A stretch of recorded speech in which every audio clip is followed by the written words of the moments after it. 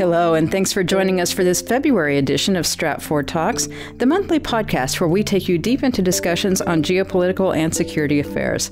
I'm Marla Moore. And I'm Ben Sheen, and we're your hosts for the podcast.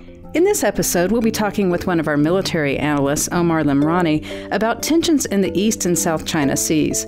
And in our second segment, we'll be kicking off a multi-part discussion to celebrate Stratfor's 20th year in business, called 20 Ways the World Has Changed in 20 Years. Security expert Fred Burton will be joining us then to talk about 5 ways the world was impacted by the 9/11 attacks. So be sure to stay tuned for that part of the podcast, since we'll be inviting your suggestions and ideas for that discussion as well. Don't forget, you can always get in touch with us by email at stratfor.com/podcast/feedback or follow us on Facebook or Twitter. And with that, on with the show. The Chinese military has been increasingly active in the East and South China Seas, a region where the maritime interests of no fewer than 9 countries overlap with each other. Beijing's territorial claims overlap with those of several other neighboring states, including several countries that are U.S. allies. This is a region where the potential for conflict is always present and where tensions will continue to be felt for quite some time. Understanding China's overall military strategy is the key to understanding the region, and in many ways, Beijing is playing a subtle game. And now, one of Stratfor's military analysts, Omar Lamrani, joins us to explain and put it all in perspective. Omar, I suppose a good place to start initially is looking at the geography of the South China Seas. Can you tell us what we're actually looking at? What are the countries involved in the region? China has a territorial dispute in the South China Sea with multiple nations. It has what it's called, often commonly called the 9-dash line across the South China Sea, which kind of looks like a cow's tongue. And within that area, they have disputes with the Philippines, have disputes with Brunei, Malaysia, Taiwan, and Vietnam. And there are 2 key archipelagos in that area which are often in dispute. There's the Paracel Islands between Vietnam and China, and then there's the Stratfor Islands where all the other countries, bar Vietnam, are involved in as well. And in this area, there's been increasing buildup of the islands themselves. So what we have seen over the last year is that the Chinese have accelerated their programs of reclaiming the reefs and building them up into artificial islands of sorts, placing lighthouses, airfields, all kinds of military infrastructure on those islands to make them more viable as permanent settlements for both its forces, as well as to make a claim of territorial control over the South China Sea. In the East China Sea, we have, of course, China has a claim over the entire Taiwan, which is considered a breakaway region. And then, of course, we also have a dispute with Japan over the Senkaku Islands. Many of these disputes seem almost silly when you really take a look at what's going on in the geography. I mean, some of these islands are like rocks sticking up out of the ocean. Why are they so important to China and to the other states that lay claim to them? I mean, they have battles over what you call them, and not light exchanges when you use the wrong name.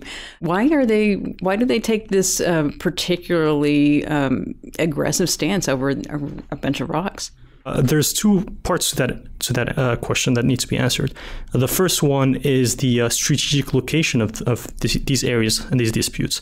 The South China Sea, for instance, is a vital corridor for shipping that China's, as growing economic powers increasingly relying on foreign exports and imports, is really keen on maintaining a position of strength in that region. But then when you dive down to the islands or rocks themselves, it can seem silly, but the actual importance of these places is located within what we can see as the language of international law. I mean, if it is an island, then you have the economic exclusive zone behind it.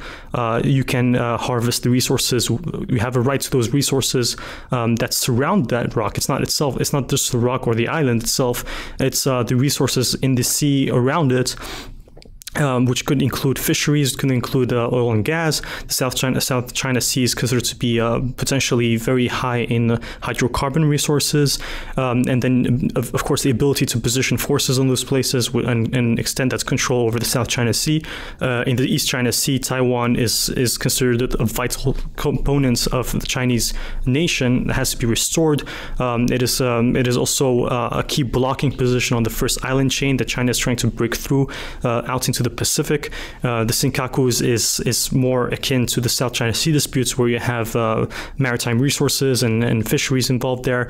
And of course, there is that historical disputes between Japan and China that feeds into these little rocks or islands. And all of a sudden, this becomes much more than just a question of resources or territory, and it becomes a question of national pride to restore that territory that has been, from Beijing's perspective, taken away from them by colonial powers over the last 200 years. Why is this becoming an issue now, or should I say recently? Because for a long time, China didn't really put much emphasis on its naval and maritime forces. What really caused this change? That's a very good question, Ben. It's not that China's view on the importance of these locations has necessarily changed. It's the question of capability and ability. So China, for the before the 1990s, essentially, was a largely land-focused power. It did not have the economic power to build up a significant fleet nor an air force. It was largely focused on preventing advances from the north from Russia. It was very much internal looking. With the reforms that occurred over the 1990s and since the beginning of the 21st century, we have seen a rising Chinese power. Its economy has grown rapidly, enabling Beijing to build a significant fleet. And this has also tied into its exports and imports. As the Chinese economy becomes more global, they're looking outwards rather than inwards. And all this feeds into looking at their near seas, the South China Sea and the East China Sea, and making sure that they do have a strong claim on that area and those seas and that territory with their growing military power. When you really look at the way that China's economy has developed, and I think you just touched on this point a bit, coming back to Deng Xiaoping and economic reform and opening, and moving all of the centers of growth were really moved to the eastern coast of China rather than the interior. So there's no real buffer region. If these areas were to come under attack, China would be very vulnerable from that eastern coast. And it's helpful if you're looking at a map of this region, but there are island chains, and you look at, the Indonesian, Malaysian landmass and some of the archipelagos around it. It really is barrier islands jutting out into the sea. And the East and South China Seas are essentially China's backyard. Absolutely, especially at this point where, as you correctly identified, the center of Chinese economic power right now is very much on the coast. They're trying to push it more to the hinterland, more towards the west, but it still is and will remain for a long time in the coast. And when they look towards the seas, what they're looking at is both economic opportunity, potential growth outwards as a global power, but also as a defensive means. So that when they look towards the first island chain, they see a potential blocking position for their outwards growth, but also potentially a launching pad in a war against them. So they are very much concerned over that area, and as they look towards these waters, to them it's very much a defense as well as an offense question. They have to push outwards, but it's also about protecting themselves from further incursions as the ones that happened during the 1800s or the wars against Japan. Well, I would think that the United States doesn't view the situation all that differently as a rival military power. I mean, we would be looking as Americans more or less at those same vulnerabilities.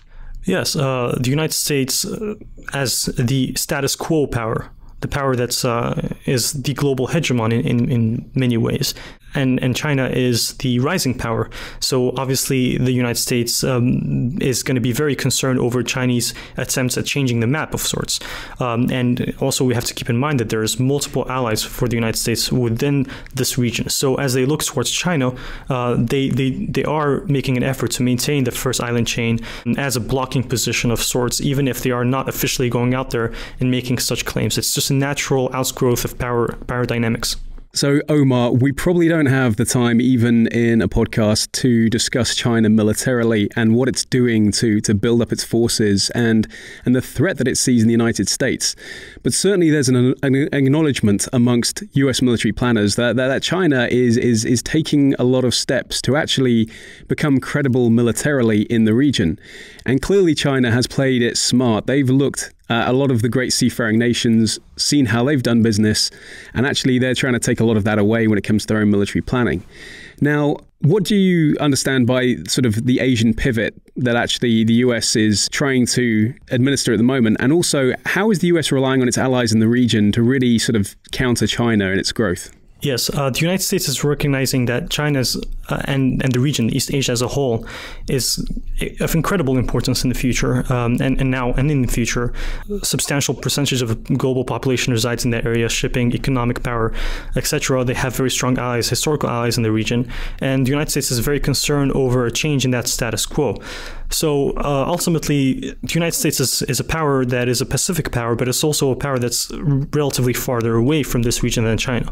There's the tyranny of distance that we often discuss, which is the further you are away from a center of disputes, the less opportunities or leverage that you can project and force that you can project there. So for the United States to avoid committing itself too much to the region, they have to rely on their allies, and they cannot fight. They cannot be a global policeman in every sense of the word. Having allies in the region is very important, but having those allies also means that you have to ensure that those allies stay on your side and do not defect to a rising power that is in this case we can consider to be China. So in that sense, the U.S. is very invested in showing that they are still very much involved in this region, that there is this pivot to Asia, that they will address their allies' concern, that they are not going to retreat from this region as China rises, and this will be shown through economic means, through trade agreements with the powers in the region, greater integration with them, through military means, through the stationing of increasing rotational forces in the area and maritime power, as well as diplomatic engagements that will stay there and be sustained over a longer period of time.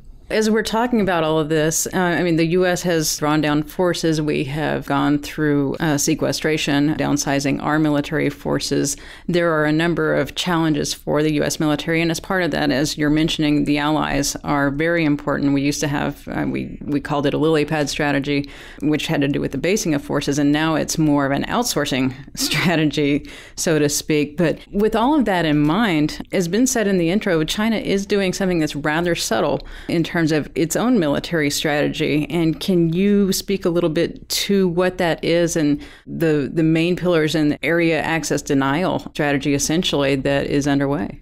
So, two parts again to this answer. The first part, I really do want to raise the points before we go into A2AD, the points of the Chinese use of their maritime militia, which we have seen quite a lot often in the South China Sea and the East China Sea, which is that the Chinese they do have to be subtle in their approach to this region. They can't just send their naval forces into the seas of other nations or disputed territory. So what they're using increasingly is relying on essentially fishing fleets that have been co-opted into the military, or that can be co-opted into their military power, and using these to consistently intrude in or harass other navies or coast guards or other navies, other countries' fishing fleets, and just push into their territories. And that way, there's this consistent reminder that China's claim is there, that China is that region is belonging to China, and that they will protect it. And if the response from the other side is through use of naval warships, that becomes then an escalation that other countries would be very hesitant to use.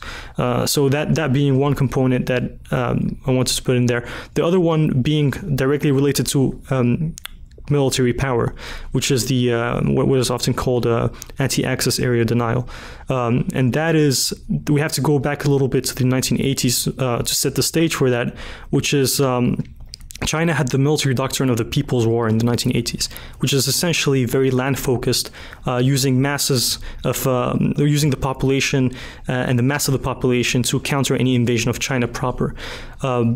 This doctrine was completely outmoded, and the Chinese recognized it themselves when they saw what happened during the first Gulf War, when U.S. technological supremacy completely dismantled the Iraqi army, regardless of how big the Iraqi army was at the time.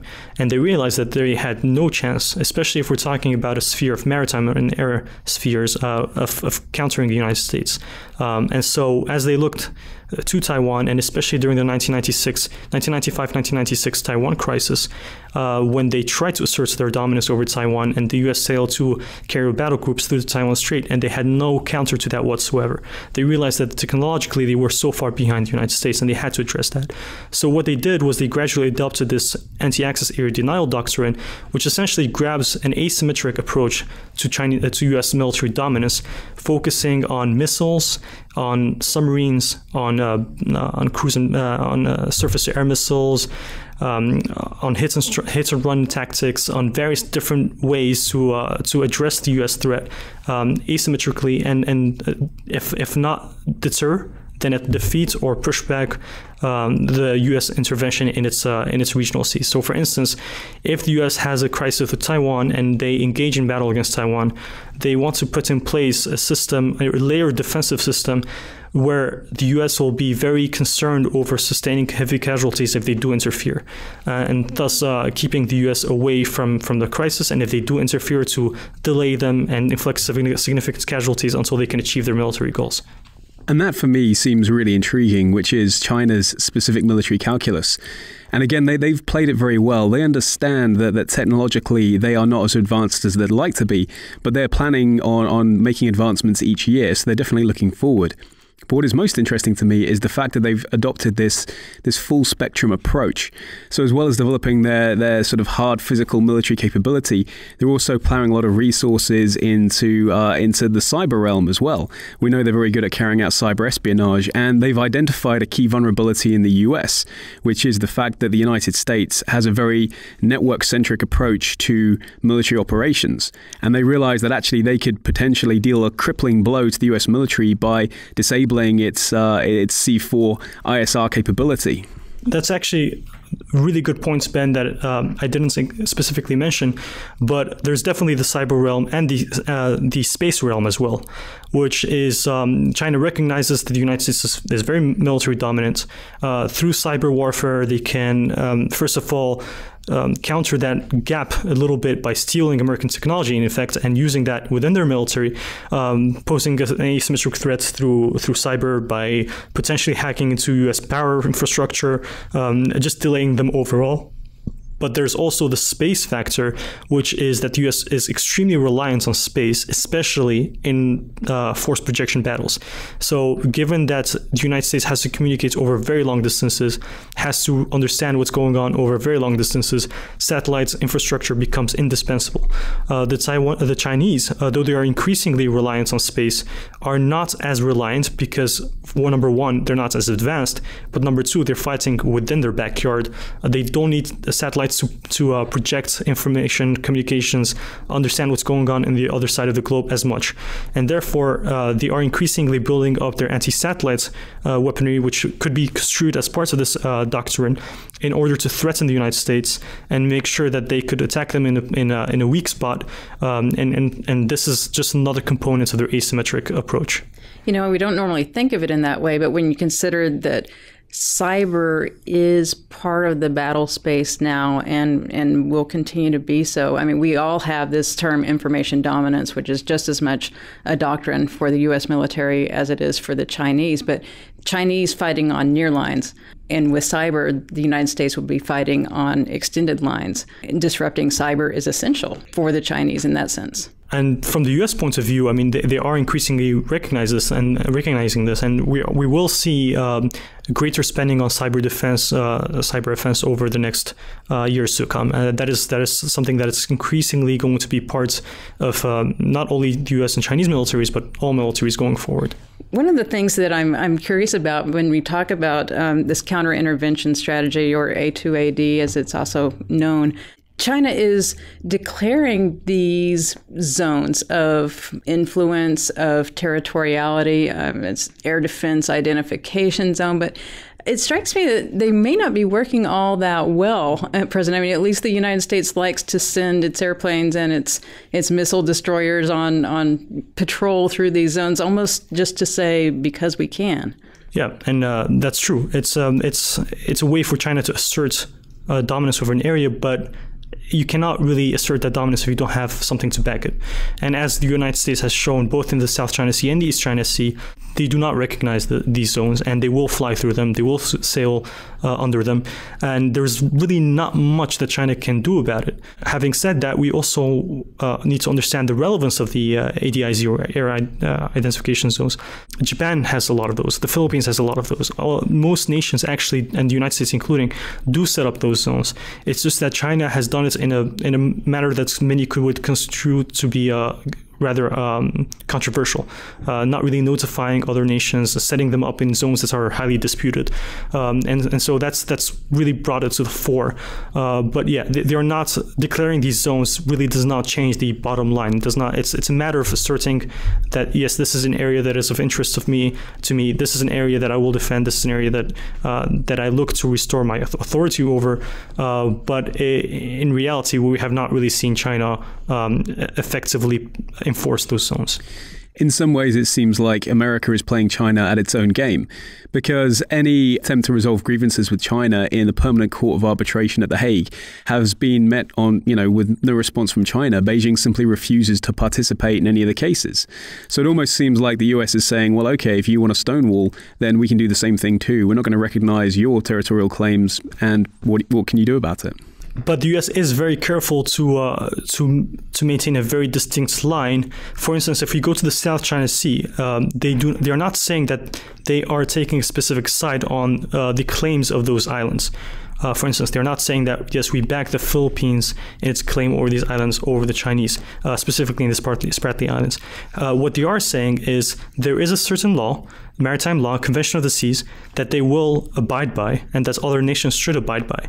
So what they dispute China on is grabbing these essentially these reefs that are not really islands and acting as if they are islands with the privileges that comes with that. And the US is sailing through those and saying, no, we are not. We do not see these as islands. We do not see these areas as something that we need to abide by. We will sail through the 12 nautical mile zone. And at the same time, they are saying that they will do the same for the islands that are claimed by the Philippines and by Vietnam. That way, they are trying to maintain a very clear message that it is the respect for the convention, which ironically the U.S. Congress has yet to ratify, that they are focused on, and not necessarily taking sides on which side is actually right in its territorial claims.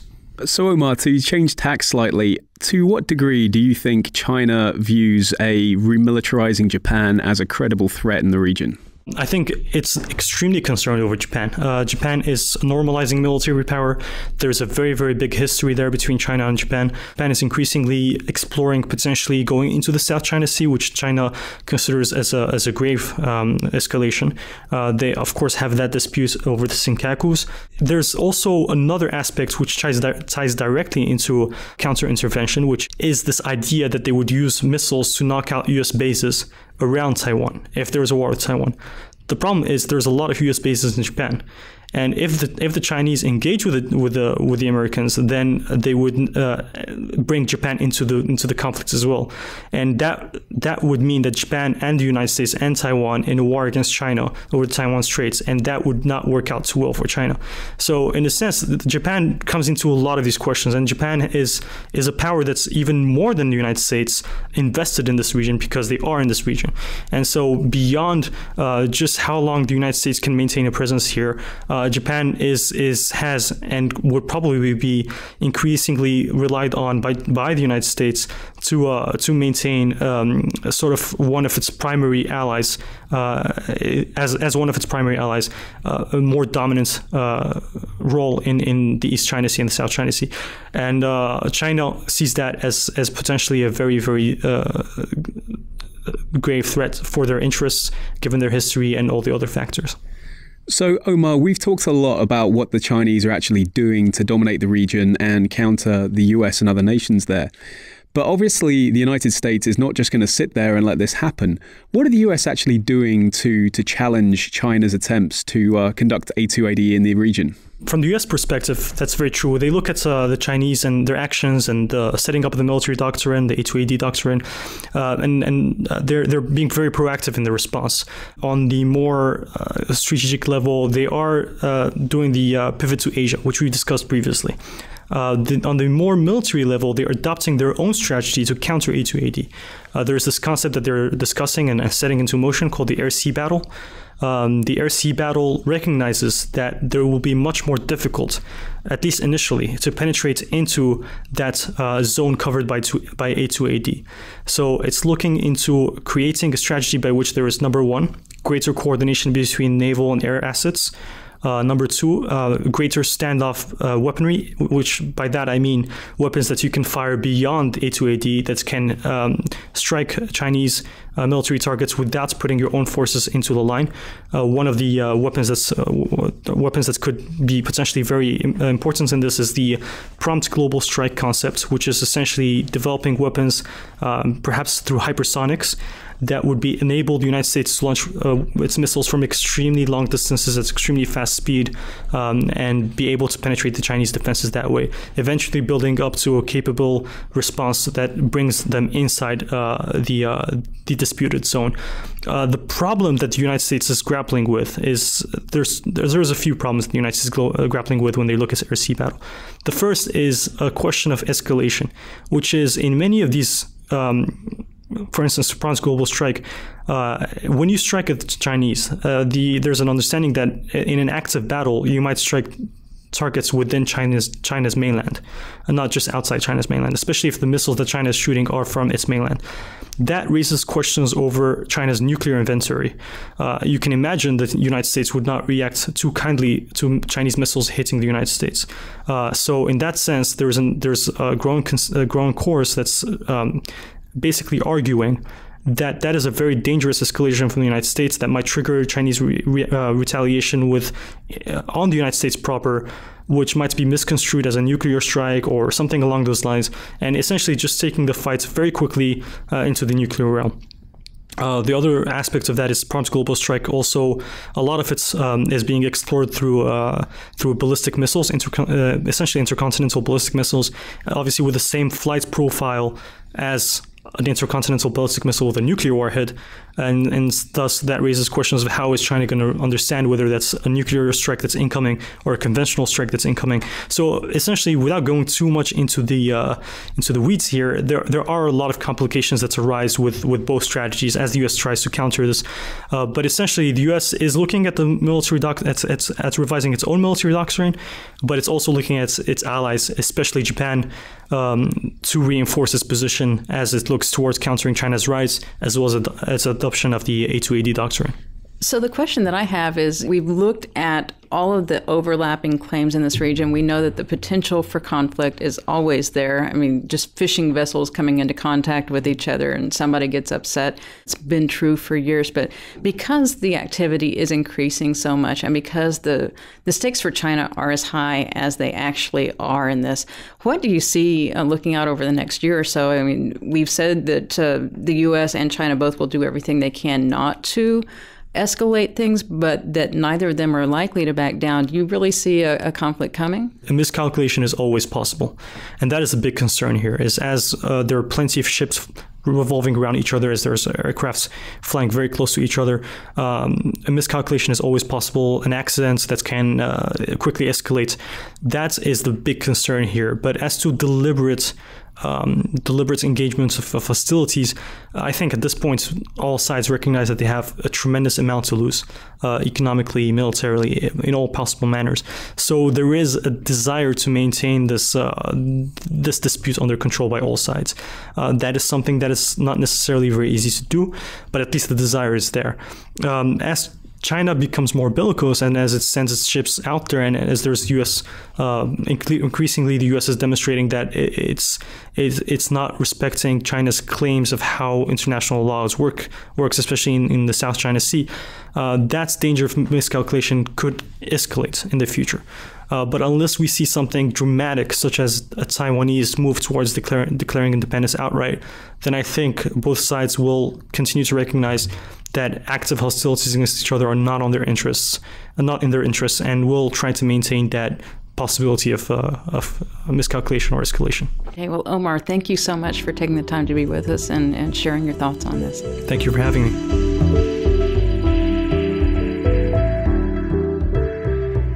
And now for part 2 of this episode. We're very excited to be celebrating Stratfor's 20th anniversary in 2016.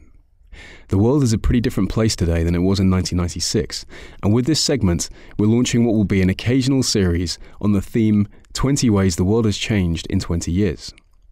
We're eager to have our listeners and subscribers contribute to this conversation, which we'll be touching on periodically throughout the year. Let us know about the key trends and developments that have changed the way you live and respond to global events with your emails or comments on social media. Don't forget, those contact points are stratfor.com/podcast/feedback, either through Twitter, where our handle is @Stratfor, or alternatively on Facebook. We're kicking off this first discussion with Stratfor security expert Fred Burton and his thoughts on one of the biggest megatrends of the past 2 decades, which is obviously terrorism. And there are at least 5 significant ways the world has changed on that front, aren't there? Without a doubt. And I'm actually dating myself a little bit. I was actually at Stratfor when the 9/11 attacks happened, and I very vividly remember exactly what that day was like, as so many Americans do.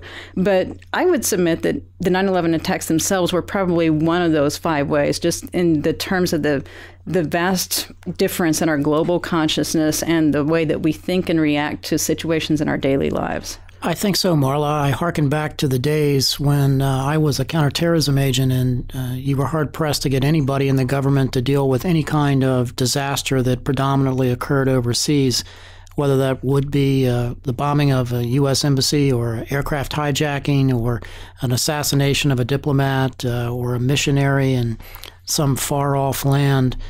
And it would literally have 2 or 3 lines in the major newspapers, and that was it.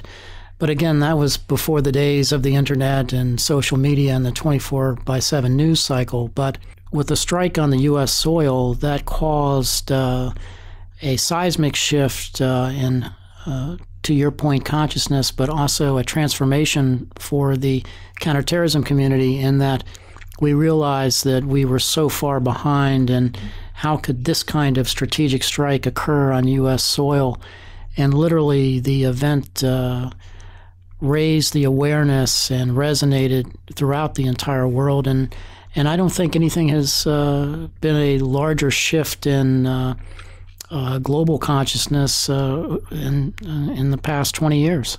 Well, I would tend to agree with you. And I remember looking at the news that day, and of course, only in the most dire emergencies at that point would you see a news broadcast actually running a ticker across the bottom at any point in time. And the fact that from that day, it pretty much became a standard for any news broadcaster on any issue. I mean, it's changed the lower third of the screen significantly because now everyone broadcasts all the time. Just coming from a journalism background, that was something that a minor issue, of course, but striking to me in terms of how my own career field was changing at that time. And if you look from how the counterterrorism community grew, I can remember when there was only 3 of us covering the world when I was a special agent in the early 1980s. And now you look at the proliferation of DHS fusion centers and joint terrorism task forces and your National Counterterrorism Center and all the different nation states with their international cooperation. So on a positive angle, when you look at that in context, I do think that 9/11 changed how terrorism information is not only perceived, but fused, analyzed, looked at, and disseminated globally. Yeah, Fred, I think you raise a really good point there. The level we've seen in governments, militaries, the security apparatus of the state, the level of actual coordination and spending and simply the growth in these sectors after 9/11 has been really unprecedented. And it's really taught us lessons about not only the coordination of assets and the way that departments interoperate, but also it's expanded the way we think about intelligence collection, not only overseas, but also domestically. And I'm sure that's had a huge impact in the way that the practitioners actually care about their business. Without a doubt, Ben, and you raise a very good point. I think the rise of what some have called the Big Brother surveillance state or platforms with facial recognition software, surveillance cameras, the social media captures, encrypted technology and phones. It has spun off a whole technology phenomena that I've never seen in my lifetime to the point where you have nation states that literally control the entire cyberspace, and anything that's being transmitted in an electronic format is being picked up. Now, of course, I think the double-edged sword is, and we experience that even here at Stratfor, your information overload, where how do you make sense of the haystacks when you're collecting so much information? And I think that's the next challenge when you look at that from a surveillance perspective is when you're collecting so much information, how do you separate what's important from what's not important? Right. And, it's interesting that when you mentioned this, things like facial recognition, I remember back in the late 1990s, biometric technology, it was in a commercialization phase at that point, but it was not widely known or practiced. Nobody at that time was using their thumbprint to sign onto their iPad.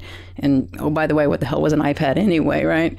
Right, right. Do you think that because of the security fears and the terrorism age, for lack of a better word, that perhaps that drove the commercialization of those technology types and the very pinpoint accuracy of knowing who a person is if you have their biometric signature? Do you think that was driven and to a faster rate of adoption because of 9/11?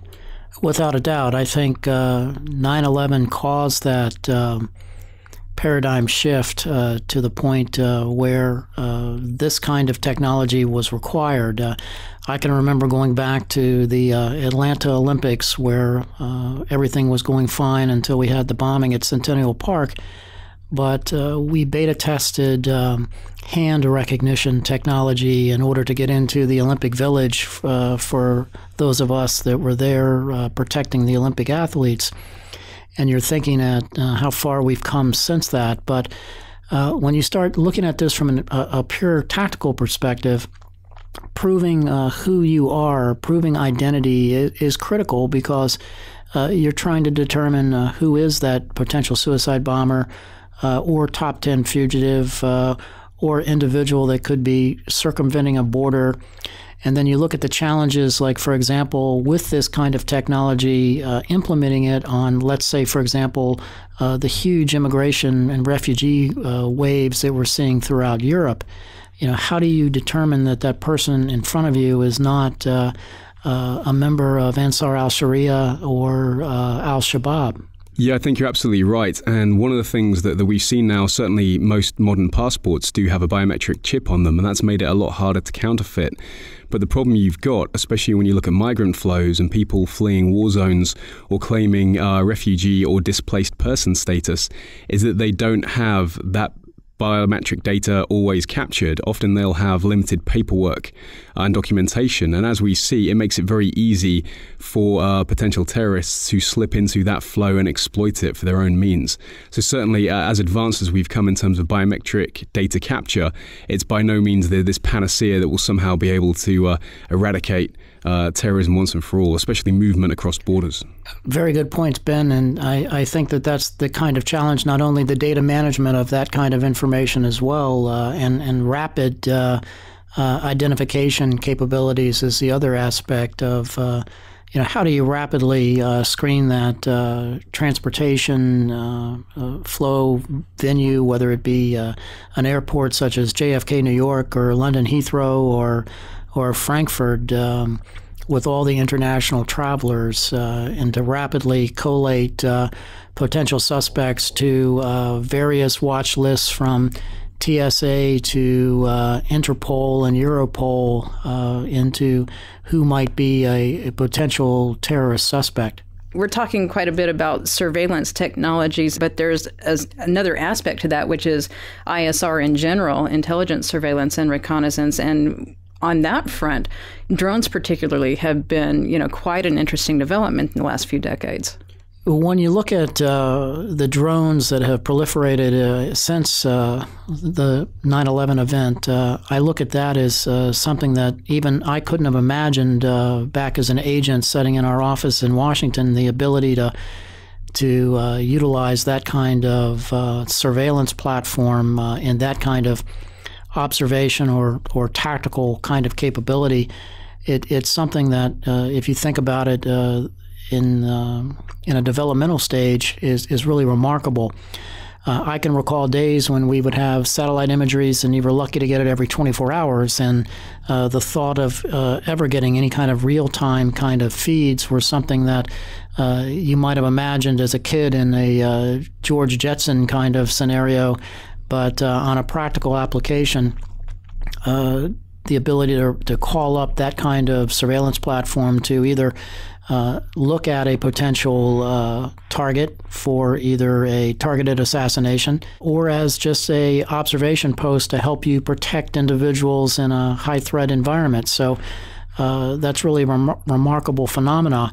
I also think that it's an interesting dynamic in the espionage field too, Marla and Ben, in that when you think of this in context of how difficult it is for intelligence agencies to go about meeting a basic informant, where you have to worry about drones and eyes in the sky that are actually following not only what you would perceive to be friendly intelligence officers, but also sources and what's being captured. So think of it in context of, how do you go about conducting a surveillance detection route if you're going to meet an informant in Washington, D.C., but you're worried about who might be watching that meet take place. So are you thinking about going down into the subway where that's always being monitored anyway with cameras? So where are you going to go today where there's no cameras that are potentially watching you, either on the street or from the air? As we've talked about this drone proliferation, it's not just the big systems, the big ticket items like Reaper, Hermes 450, those sort of very capable, very big drones that require a pilot to fly. It's the actual proliferation of them, the much smaller types. And like you say, it's basically a lot of times a flying camera that you can operate with your phone. And that makes the possibility for remote surveillance, so you can distribute it so widely. The implications are huge for that. And in the executive protection field, whether you're protecting a governor of a state or an internationally protected person or a head of state, one of the things you're always worried about is that kind of surveillance technology or getting enough explosives, for example, onto a drone where you could actually fly that into an aircraft on a tarmac or bring it onto a speech in an outdoor kind of forum. And then you start thinking about countermeasures as to what countermeasures can be developed to help you either identify and look for those drones as they get smaller and smaller as the technology develops. And then you think in context to the protection of CEOs or corporate boardrooms or high-profile personalities or Hollywood movie stars with paparazzi. I mean, the endless use of these from a surveillance platform is really somewhat remarkable and certainly one of the key developments since 9/11. It's fascinating to me when I really think about that aspect of it versus on a more macro level. The sanitization of war, a lot of the drone technology was driven by the fact that we weren't fighting an army. We weren't fighting a nation state. We were fighting a small group of individuals in an asymmetric threat and the need to pinpoint individual actors in a battle space as opposed to an army. It's not the same kind of warfare, and the impacts on the fighters themselves are different. It's not that there's no impact, but that psychological distance is meaningful in some ways. Yeah, and that was one of the ways in which drones really came into their own, was the sense that you could have a remotely controlled vehicle, airborne vehicle, which had an extremely long loiter time, that had a very good ISR and an offensive capability as well through a Hellfire missile. And actually, you could use these things in non-permissive environments, because if you did lose the drone, there wasn't a crew associated with it. And actually, having that ability to project force in that manner and potentially an expendable way, even though they are very expensive, really sort of changed the way we thought about things. Drones are now a common sight in the skies above parts of Pakistan, definitely Afghanistan, and many other places in the world. So they're definitely a feature of the battlefield that's not going away anytime soon. And, Fred, as you put your list together, you mentioned a couple of other things that I think were quite possibly not al-Qaeda's intention in terms of after effects that the attacks would have on the American public or in the fields of science and technology. What are some of those others? Well, I think the big takeaway from 9/11, if you step back and look at it in my perspective, is just the safer commercial passenger air travel today. I can recall a time frame in the 80s where we had the horrific hijackings and bombings and crash of Pan Am 103 over Lockerbie, Scotland, where many of my colleagues were lost on that air flight.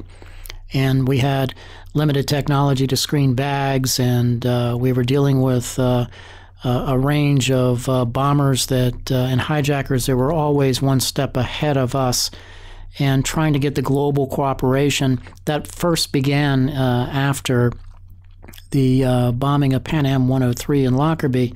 So that was the first shift in that safer passenger air travel, where we made it a requirement that bags going into an aircraft hold be actually screened for bombs. You can imagine today that the heyday that terrorists would have if they weren't screened. So that was the first, I think, shift that I saw and directly experienced. And then when you look at 9/11, the technology enhancements or the holistic screening of passengers and shared passenger manifests and just the international screening, that's one of the things that I think has been an extraordinarily positive development since 9/11, that as miserable as it may be to fly today, Marla and Ben, you are safer flying today. As dreadful it is moving through all these different screening lines and being interrogated and asking, to take your shoes off and being interviewed, we're all better for that as flying public. And I don't think that's ever going to turn back, I'm sad to say, because of the kind of threat that we face. And at the end of the day, terrorist groups have always remained fixated on passenger air, and that threat's not going to dissipate. Heaven forbid that you should actually be boarding an airline where you don't see the kind of security processes in place that we've grown to complain about so much, right? Exactly.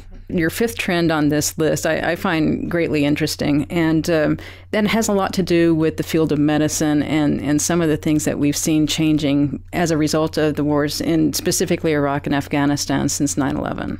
Yeah, this point, my last point on this, Marla, comes primarily out of conversations I've had with various trauma doctors and colleagues and Stratfor readers and subscribers and fire and EMS personnel, and looking at some of these mass casualty attacks that have occurred, such as San Bernardino.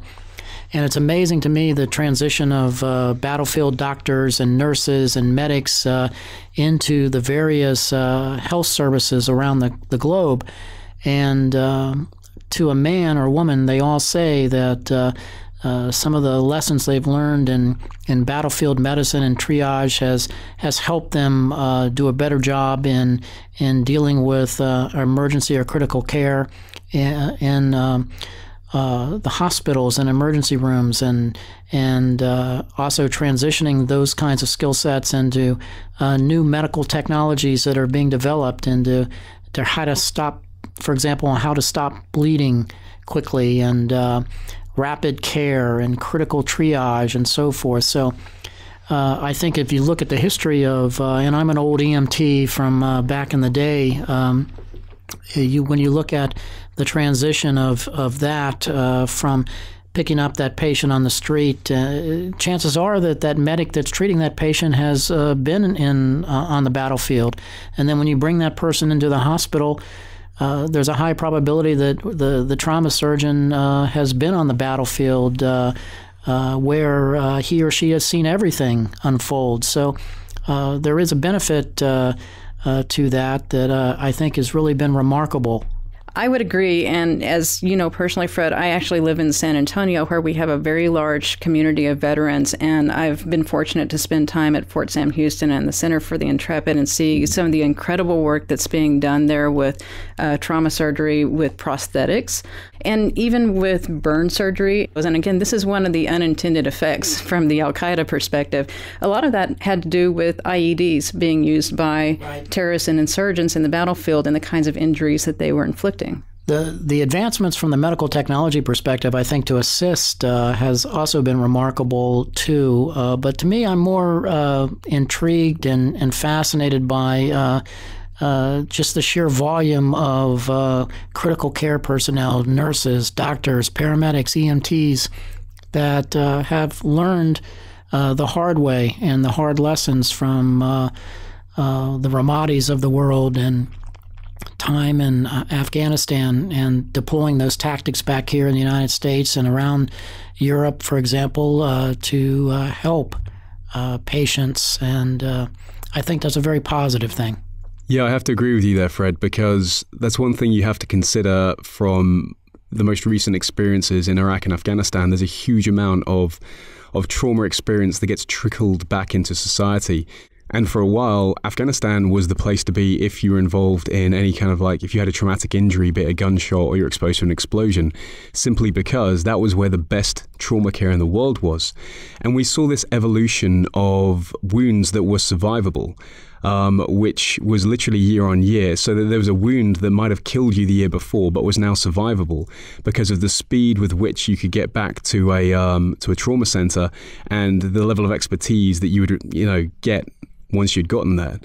And just seeing the evolution of, individual first aid kits, the things that blokes were carrying into battle, over the period of 10 years, it was a quantum leap forward in terms of actually, having things like tourniquets and lots of things to do with hemostasis, having quick clot or Celox dressings, having, in terms of pain relief, multiple things that you could really use to keep an individual alive.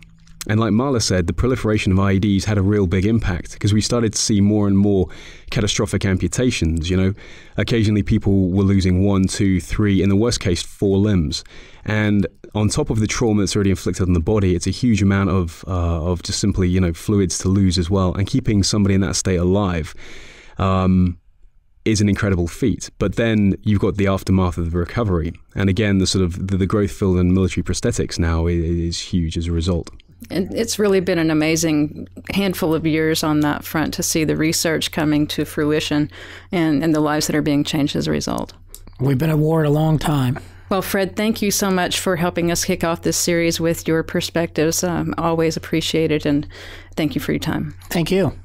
Before we leave you today, there's just one minor housekeeping item we'd like to take care of, which is that those of you who listened to last month's podcast were invited to send us an email and ask for John Sather's list of recommended reading for 2016. And we had a tremendous response to that, which thank you very much for those emails.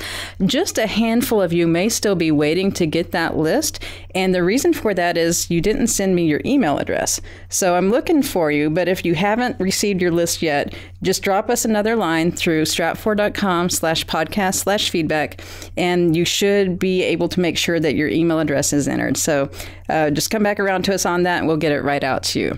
And as always, thank you again for your time, for listening, and send us your comments and suggestions at that same address, stratfor.com/podcast/feedback, or on Facebook or Twitter, where we're at Stratfor.